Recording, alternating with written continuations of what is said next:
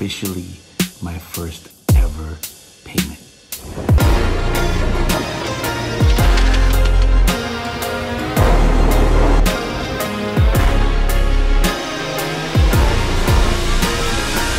Thank you very much, everybody.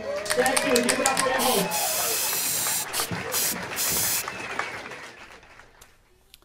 Sungguh minggu yang seru di episode kali ini karena ada banyak highlights sebenarnya. Baik yang sifatnya karir, kerjaan, ataupun dalam konteks kehidupan pribadi. Hari Senin gue memulai hari gue dengan berperjalanan jauh dari Rawamangun. Terus aja sampai daerah mana tuh ya? Serpong kali ya? Apa ya? Gading Serpong? Jauh banget lah pokoknya. Gue lupa mulu nama daerahnya. Sebenarnya nggak ke kantornya Maple Media, tapi di seberang kantornya mereka. Maple Media ini adalah tempat yang secara konsisten gue datangi untuk promosi. Kemarin waktu gue bawa Josh, Kevin, sama Rashad dari Huge in Indonesia, gue kesana. Waktu gue kesana untuk mempromosikan kayaknya Komodo Menoy mungkin, gue kesana. Sekarang untuk mempromosikan Mensrea, gue ke sana lagi ke Maple Media, dan kali itu konsepnya menarik. Mereka naruh 2 stand up comedian untuk duduk dan saling bertanya. Kurang lebih kalau lu suka nonton ini kontennya siapa ya? Variety atau siapa ya? Pokoknya ada actors on actors gitu. Jadi waktu itu gue pernah ngeliat Adam Sandler wawancara Brad Pitt tuh, salah satu yang bagus tuh. Bener nggak ya? Yang bikin gue lupa. Tapi konsepnya gue suka. Jadi ketika gue ditawarin dan berhadapannya dengan Adri, ya gue suka. Gue sama Adri ini kayaknya nggak bisa selesai ini deh. Nggak bisa habis bahan obrolan apa juga bisa diomongin.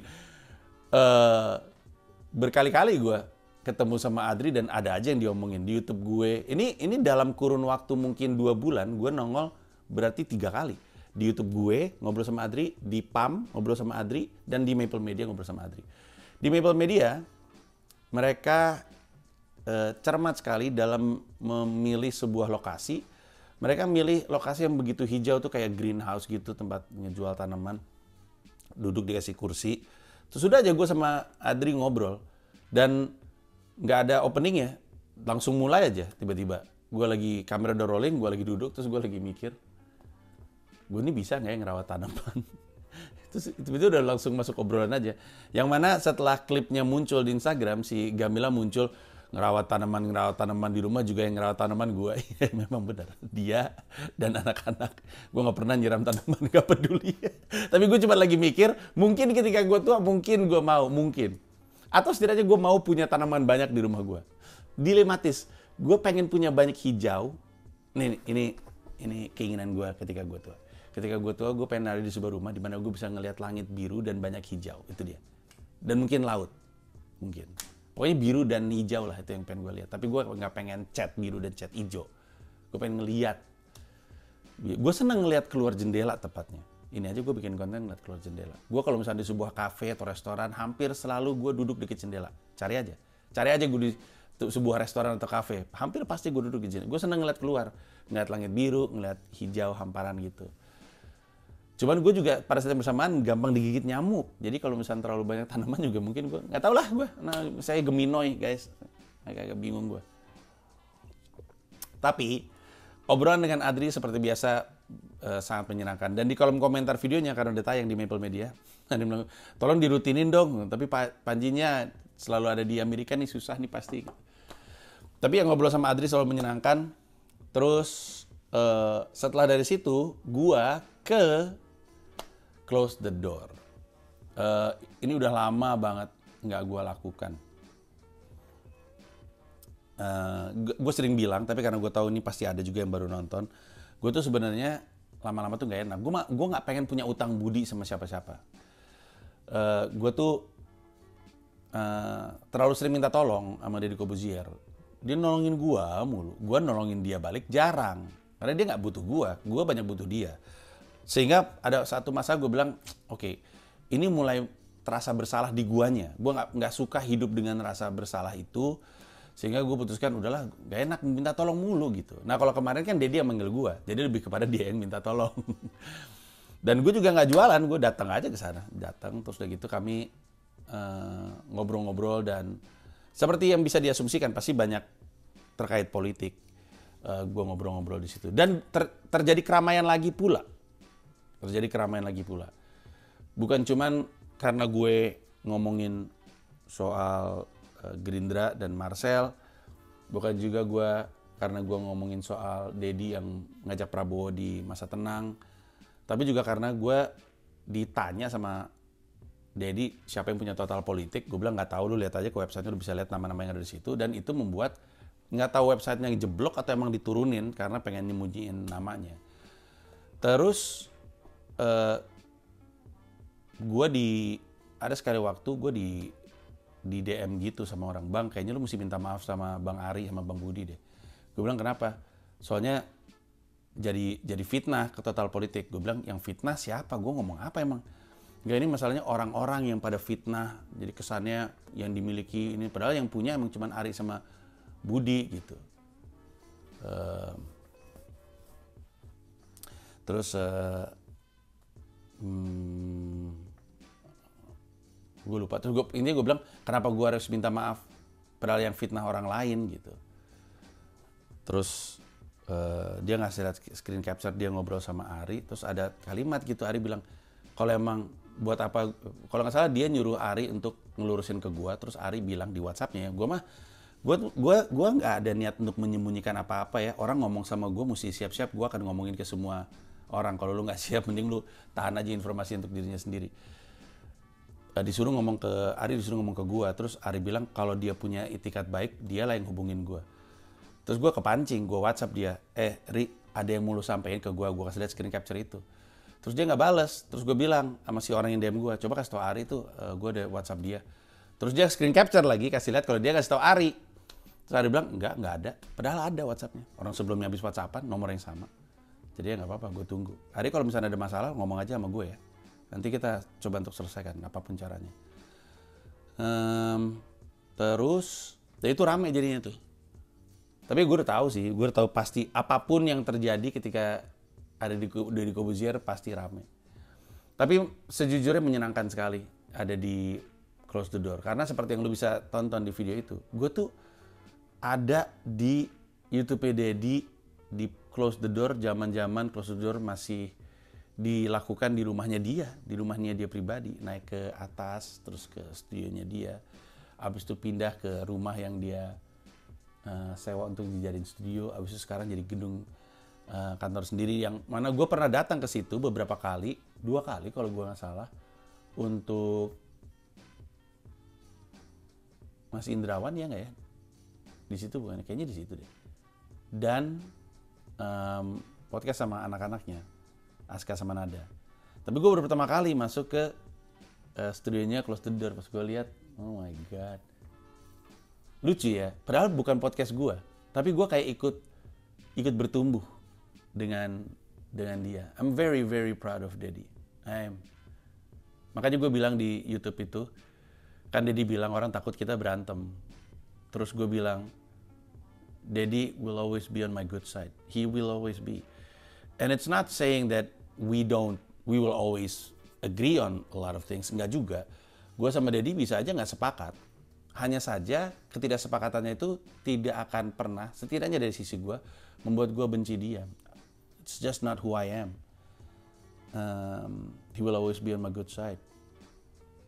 Kalau lu pernah bekerja keras dan mencapai satu macam kesuksesan, lu tahu bahwa kesuksesan apapun layak mendapatkan hormat dari kita.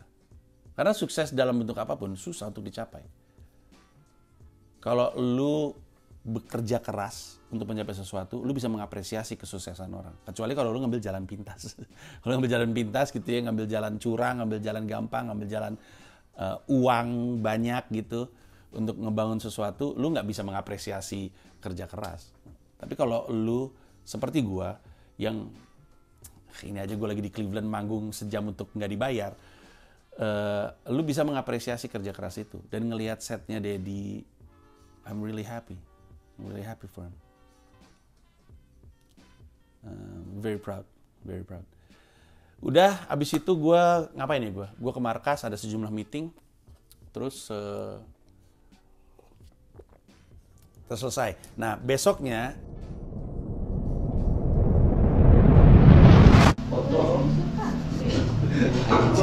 kalau dia bener-bener sih kapan video sih? Mas Panji, Dina Senin Mila aja lewat-lewat di sitnya lagi. Dina Senin dong anak foto shoot Thailand Management Comika.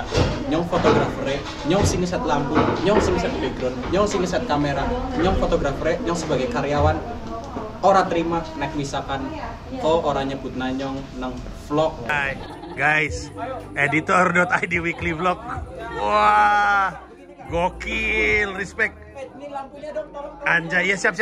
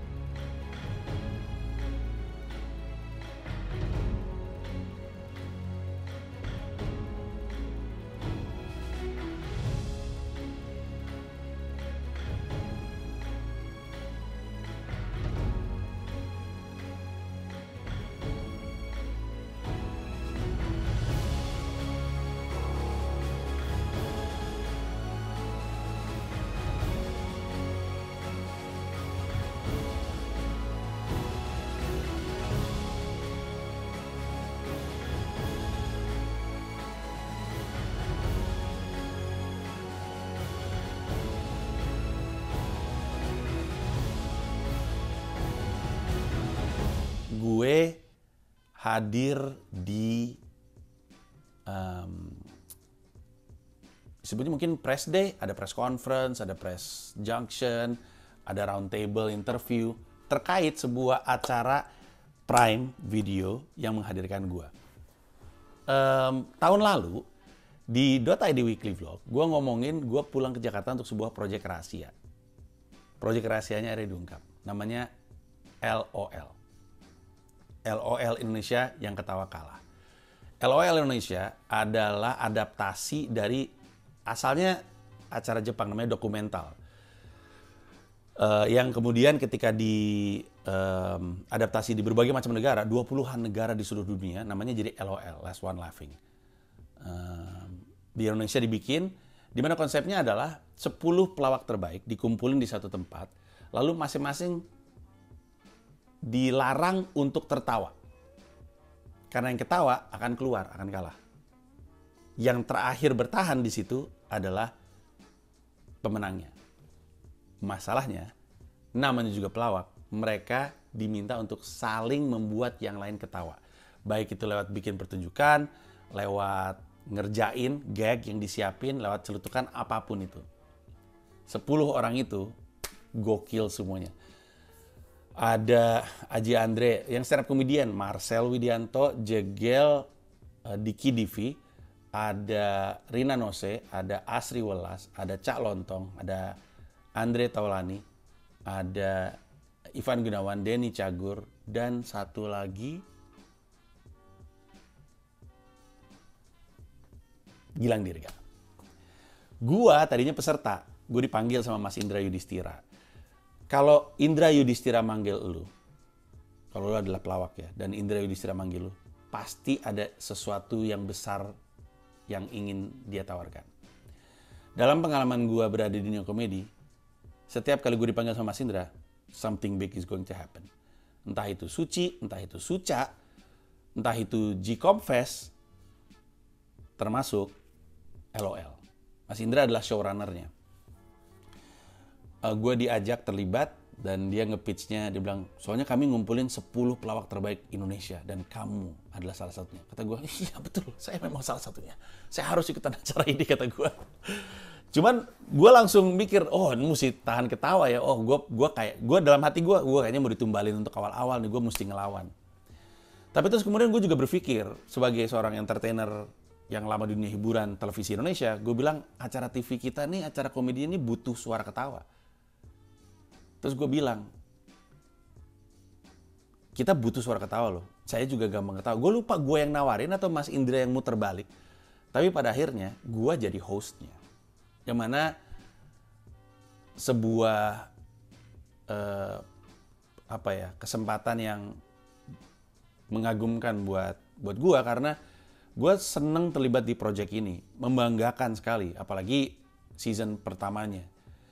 Dan gue kayak dibayar untuk ketawa aja gitu. Lu tahu gue kalau disuci kerjanya ketawa mulu kan. Sehingga lu bayangin 10 orang ini, setnya gede banget. Setnya gede, ada 31 kamera, 32 kalau nggak salah. Ada 32 kamera tersembunyi semuanya. Untuk nangkep kalau ada yang sembunyi-sembunyi ketawa. Ini acara tersusah yang pernah gue ikuti. Secara teknis susah dan jadi tantangan buat gue. Gue sih bangga banget. Setnya tuh ini spaceship gitu. Jadi ceritanya gue sebagai commander dari spaceship tersebut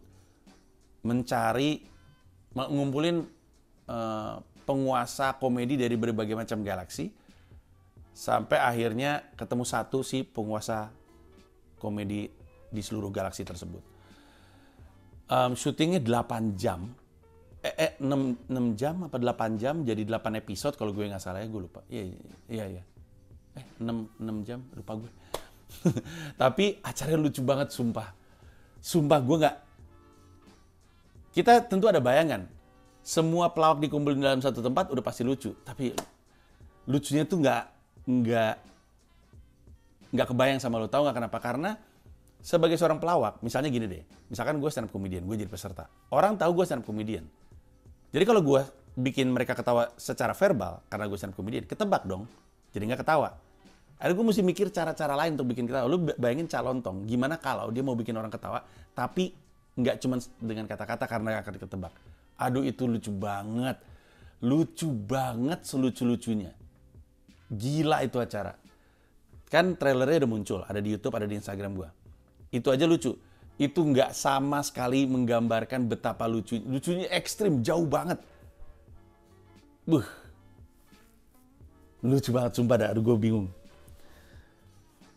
Dan kami semua nggak ada yang tahu. Jadi pas syuting itu kami nggak tahu siapa pesertanya. Nggak tahu, gue diajak dan gue nggak ada tahu ada siapa aja. Semuanya nggak ada yang tahu siapa pesertanya sampai hari H ada di situ. Seru banget beneran deh. Episode pertama lu tonton, gue yakin lu kekunci sampai episode terakhir. Gila sih. Dan banyak orang bilang gini kan, wah katanya pelawak terbaik, kok nggak ada Sule, kok nggak ada Komeng, ya ntar dulu dong. Namanya juga season 1. Kalau semua jagoan-jagoannya muncul di season 1, ya season 2-nya apa isinya? Tenang aja dulu, kita mau mikir panjang. Lu mikir hari ini. Mikir panjang dong. Kan kita pengen ada season 2, season 3, season 4 sampai season 10. Gue semua hostnya.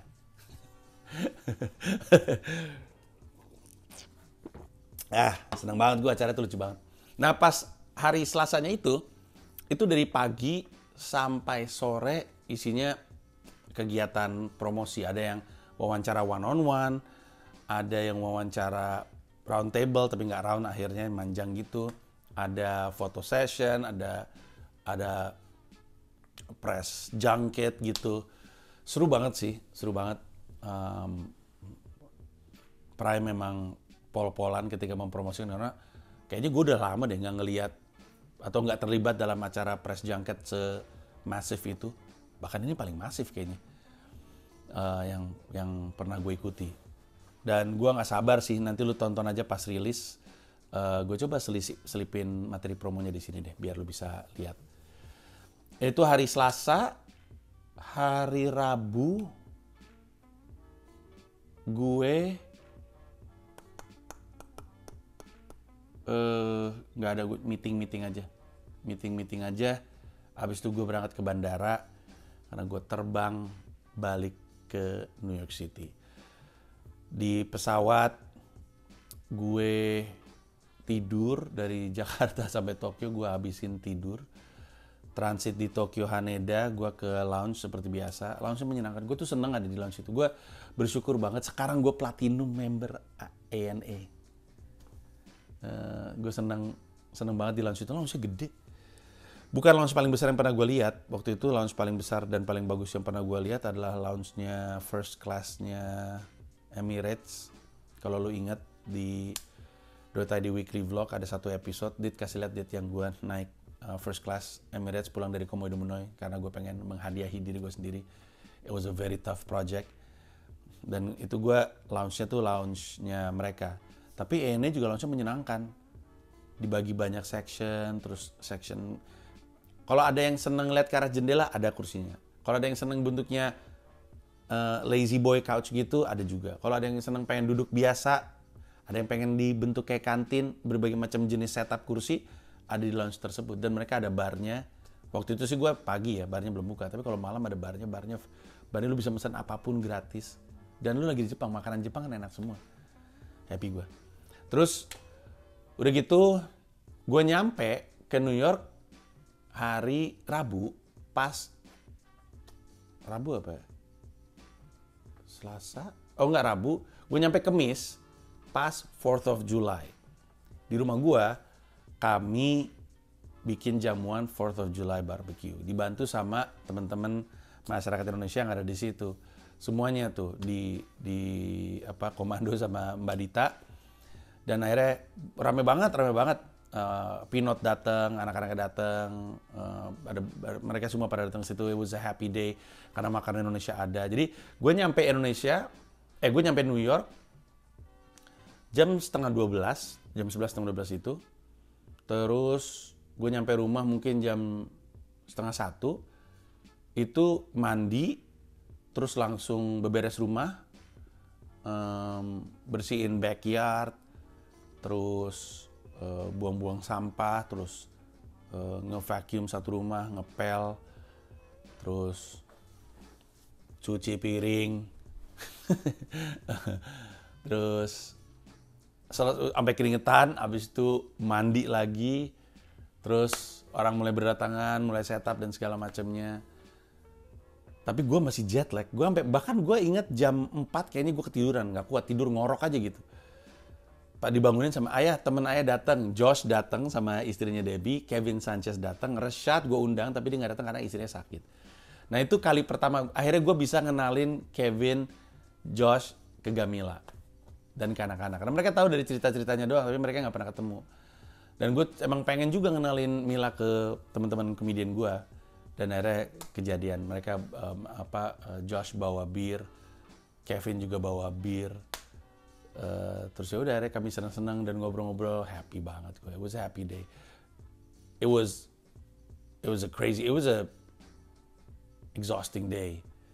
Tapi menyenangkan sekali hari itu. Segala macam makan Indonesia ada barbekyuan juga. Teman gue John ngebantu nge-setup semua barbekyuan gitu. Terus yang dia bikin enak semua lah. Enak.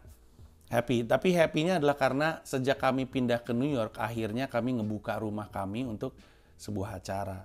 Itu adalah project personal yang ya bisa dibilang bikin happy lah. Moga-moga semua anak-anak gue happy, Mila happy, moga-moga ya. Capek sih, karena setelahnya abis itu tepar, hari Jumatnya tepar, Sabtunya tepar, Minggunya tepar. Gue ngapa-ngapain setelah itu, ngapain ya? Gue Jumat nggak ngapa-ngapain. Iya, karena gue tahu Seninnya gue terbang ke Cleveland, tempat gue sekarang lagi bikin video ini. Nanti gue cerita kelanjutan 10,000 Hour Tour di episode berikutnya. Tapi ya karena capek, akhirnya kami nggak terlalu banyak berkegiatan. Kami banyak di rumah aja nyantai. Dan gue menghabiskan waktu bersama dengan keluarga karena mau gue tinggal lagi. Bayangin, gue baru aja dari Jakarta, transit Tokyo, nyampe New York, 3 hari kemudian gue tinggal lagi ke Cleveland. Jadi ya gue mendingan nggak ngapa-ngapain lah, udah di rumah aja bersama dengan keluarga gue. Di episode yang sebelumnya ada yang bilang, gue nggak suka .id Weekly Vlog, dan dia bukan satu-satunya. Ada cukup banyak orang yang nggak suka ngeliat .id Weekly Vlog ketika lagi di Indonesia. Bukannya nggak suka ya, dia lebih seneng ngeliat ketika lagi di Amerika Serikat, karena di Indonesia mah dia udah biasa gitu. Kalau di Amerika Serikat, hitungnya jalan-jalan. Nah, minggu depan kita jalan-jalan ke Cleveland, Ohio. Menarik sekali. Tapi itu untuk episode berikutnya. Sekarang terima kasih banyak. Kita ketemu di episode minggu depan. Thank you. Bye.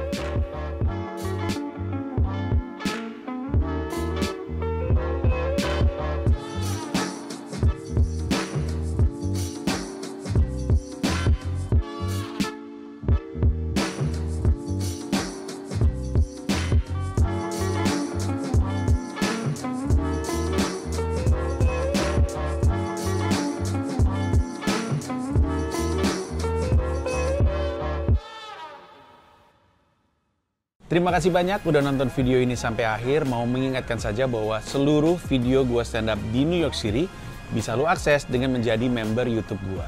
Ada 3 level, ada yang Rp30.000, Rp125.000, ada yang Rp1,5 juta, masing-masing punya manfaat sendiri-sendiri. Tapi yang pasti, dari yang Rp30.000, lu udah bisa akses semua video stand up gue di New York City tanpa disensor, tanpa dipotong, termasuk video-video yang sebelumnya. Terima kasih sekali lagi.